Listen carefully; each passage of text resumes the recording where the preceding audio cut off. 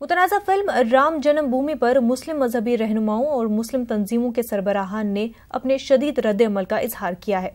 रज़ा academy Mumbai ने मुखालफत करते हुए कहा कि वसीम रिजवी की फिल्म हिंदू मुस्लिम को लड़ाने की साजिश है।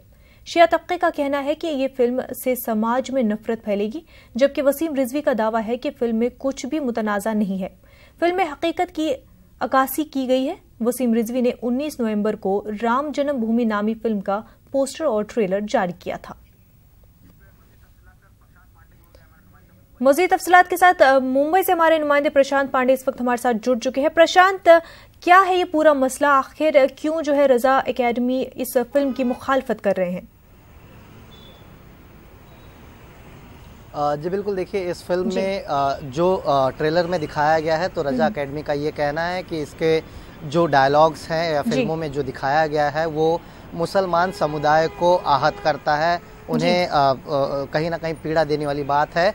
और आगे चलकर अगर ये फिल्म पर्दे पर आती है या रिलीज़ होती है तो समुदाय में जो है एक तरह का दंगा प्रसाद होने का जो चांसेस है वो ज़्यादा बढ़ जाएगा। यानी ये कहा जा रहा है कि जो माहौल शांतिपूर्वक है उसमें कहीं ना कहीं कोई विधा या कोई बड़ी आफत आने की आसार दिखाई दे रहे हैं। तो यानी कुल मिलाकर देखा जाए तो रज़ा एकेडमी का साफ तौर पर कहना है, मुंबई पुलिस से उन्होंने गुजारिश की है कि इस फिल्म के जो ट्रेलर है उसे पूरी तरह से रोक दिया जाए, यूट्यूब से हटाया जाए और साथ ही फिल्म जो रिलीज होने वाली है आने दिनों में, हालांकि अभी तक ये डेट तय नहीं किया गया है कि किस तारीख को यह फिल्म रिलीज होगी, लेकिन उस फिल्म पर रोक लगाने की मांग उन्होंने की है। रज़ा एकेडमी के लोगों से मेरी आज सवेरे बात हुई, उनका साफ तौर पर कहना है कि वो आज शाम को 4 बजे मुंबई के जे मार्ग पुलिस स्टेशन में पहुंचेंगे और जो फिल्म निर्माता है और जो कलाकार इस फिल्म में हैं उनके खिलाफ FIR दर्ज कराने की कोशिश उनकी तरफ से की जाएगी। बहरहाल उनसे मैंने ये भी कहा कि अगर आगे चलकर इस फिल्म को रिलीज किया गया, नहीं रोका गया,